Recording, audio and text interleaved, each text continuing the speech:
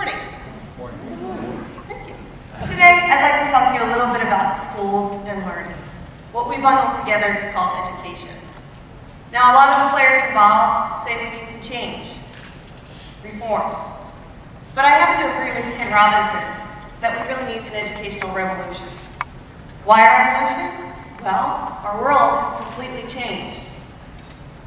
My husband and I are both techies, and at home we like to geek each other out. And one of the games we play probably should be called I'm So Smart. And we can play this game because we constantly have technology at our fingertips. We'll be watching TV and something will come up like, hey hon, do they use pink lemons to make pink lemonade? And within seconds, we know the answer. But 10 years ago, that conversation would have been a lot different. Pink lemons? I don't know, I never saw a pink lemon before, have you? It's probably just food coloring. And we would have been satisfied letting that unanswered question just slip away. In today's changed world, we are constantly fact-checking our lives. And why not? I don't need to be so smart anymore and keep it all up in my head. I can get any information at any time. Think of how powerful that is. Our students can access any information from anywhere. Yet our educational system hasn't changed very much. So, I know learning in schools are very important topics, so please don't think I'm being flippant when I ask, what if education was a little bit more like Google? Now, a disclaimer before I start. I was accepted to the Google Teacher Academy in New York City in 2008. It's a day-long academy that allows teachers to collaborate and learn how to use Google tools in their classrooms and everyday lives. And if you know me, you know how I feel about Google, but trust me, I'm not trying to push their products or their company. I just feel like there's something special about some of the ideals that Google encapsulates.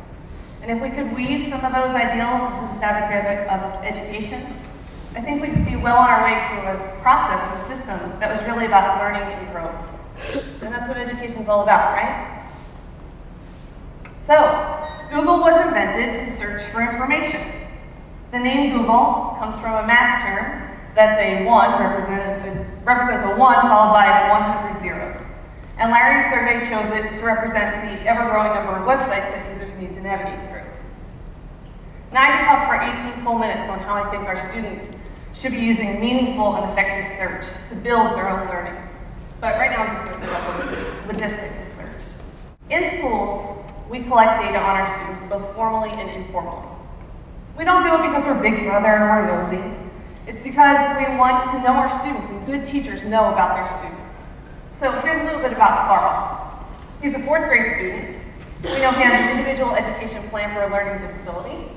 We know his standardized test scores, his math grades. We know that he has a peanut allergy, and that every year his mom asks that he not be placed in a class with Johnny because they're very competitive.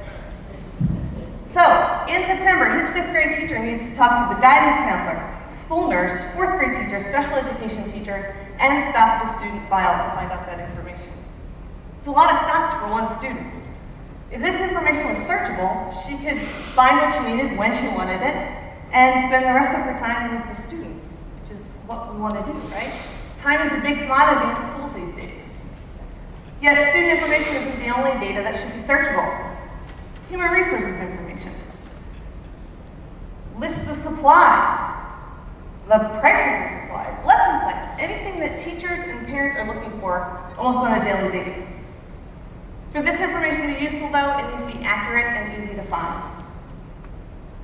Another Google idea that they have is their 80-20 rule. Google employees are encouraged to follow their own twist on the Pareto principle, which is in any endeavor, roughly 80% of the effects come from 20% of the causes. What a great way to promote ingenuity.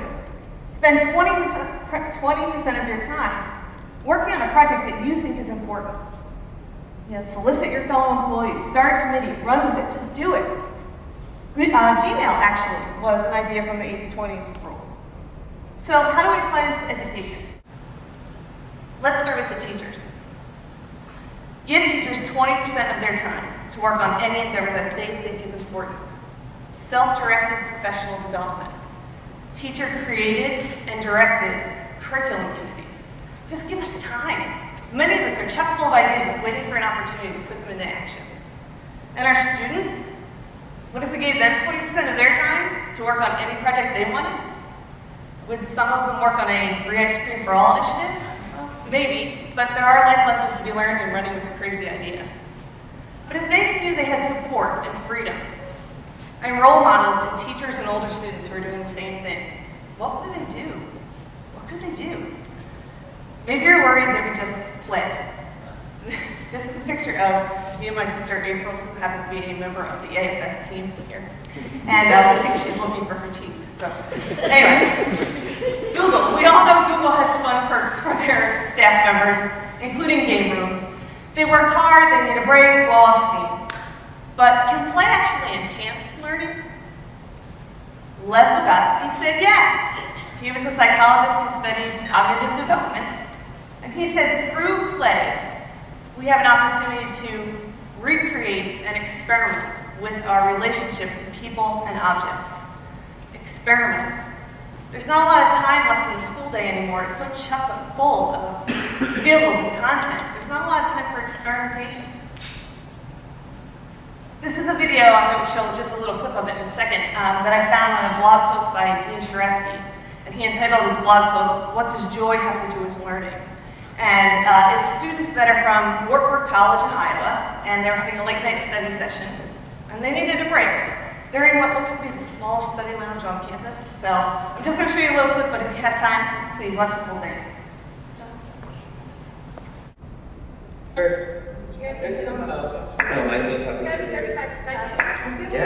I'm worried they're just going to quit recording. I'm sorry, I didn't know that. I'm just waiting for some Miley. 10 seconds, 5 seconds. 5, 4, 3.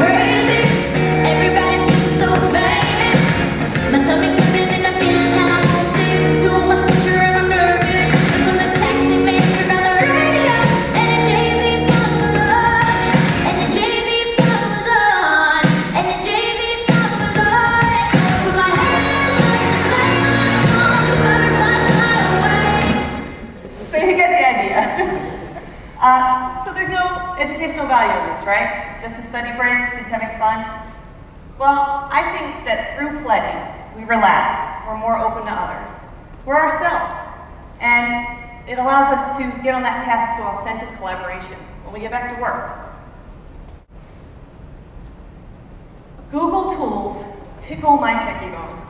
I can email, create documents, calendars, you name it, and share it with whomever I choose because it's web-based. And it's free. Now, free is a golden word in education these days. Unfortunately, I don't have the answer to the budget crises that are affecting our districts across the nation. But this is TED, this is an idea I think is worth sharing, so bear with me. We'd all love to work for an employer like Google who gives free lunches to their employees every day. And yes, I would love it if the lunches my students and I ate looked more like this, yum, and less like this, truly one of our lunches. But, let's think bigger. We can do more than that. Evenings, weekends, and summer months, our schools are practically empty. Sure, there's an occasional basketball team or brownie troop, but we're not taking full advantage of the resource. If we had unlimited money, unlimited funding, why not use the buildings all year long? Families are already familiar with the staff in the building, so take advantage of it. Hold family health clinics, outreach programs, social events, you name it, all year long. Community and schools really should hold hands more often. They really do make great partners. As we all know, with recent technology advances, our level of connectivity has gone through the roof. Devices are now mobile, fast, and versatile. Shigata Mitra did experiments where he put computers in the hands of students all over the world, especially those living in poverty. And he just gave them computers and said, go to it. And within hours, these children taught themselves how to use computers. And these are children with little to no formal education. Yet here in the United States, where we claim to have education at the top of our priority list, we're not taking full advantage of connectivity. Many districts lag behind when it comes to hardware, software, IT support, bandwidth. And the worst part, a lot of American students still think the teacher knows most of the answers. It's a lot of pressure. Good teachers are still saying, Bobby, that's a great question. Let's go down to the library and look that up in a book that was published in 1998. Come on, when was the last time you used a book to find factual information because it was the best resource available to you? When the power was out and your mobile device wasn't charged? In school, we look for authentic learning experiences. Yet the way learning is taking place in school most of the time is not keeping up with the way learning takes place in the real world. I spoke with a friend of mine who was hired by Google recently as a software engineer, and he shared a little bit of his interview process with me. And he said that during his 2 days of interviewing, he was able to demonstrate his skills as a software engineer. But what was unique is that he was hired to be a part of a team, not for a specific position. So the expectation was that he would grow and change as time went on, and so would his responsibilities at Google. But during his interview, he was also able to show them that he was a problem solver, confident in his skills, flexible, a go-getter, an innovator. They can trust him to take an idea and run with it. Yet teachers are often hired for a specific position, kindergarten, 8th grade science. And although they may be a member of a grade level team, once the day starts, the door closes, and you're an island. What's interesting is that administrators often look for the qualities in teachers that are similar to the qualities Google looks for in their software engineers. Yet teachers are rarely given the opportunity to be innovators. They're often handed a teacher's manual that's modeled on state standards and said, teach this. Now, yes, there are bad teachers, just like there are bad financial advisors, garbage collectors, and architects. But so many teachers are driven, highly educated, highly motivated people who are looking for a chance to do more and to do it better. So I say, let's make sure they have the funding, the time, and administrators that support them as the professionals that they are. Hopefully everyone here has used Google Maps before. They're awesome. We used them this morning to find the school. And if you haven't had a chance, this is how it works. Google Maps gives you an opportunity to see locations in a variety of views. This view, a view like this, and with Street View, a close-up like this. And what's great about Street View is that it takes an abstract location on a map and it turns it into something familiar and recognizable. This happens to be my school. So the way I see things these days in education is that our state and federal leaders often see education from this view. Our community leaders and community members on a local level will see education from this view. But it's our parents, teachers, administrators, and students who get to see education head on. Currently, local school districts are making decisions that are lassoed by mandates and funding, or lack of funding, on a state and federal level. So if I get this right, the people who see education from this view are telling the people who can see education for what it really is what to do. Now, I don't know what would work, but this doesn't make a lot of sense to me. I have a request to make. If you're in a leadership position and you have the confidence of your constituents to make change in education, please visit our schools. Visit many of them and visit often. Talk to the students, the teachers, administrators, everyone, and then make change. This is just too important. Lastly, Google's unofficial corporate slogan is "Don't be evil."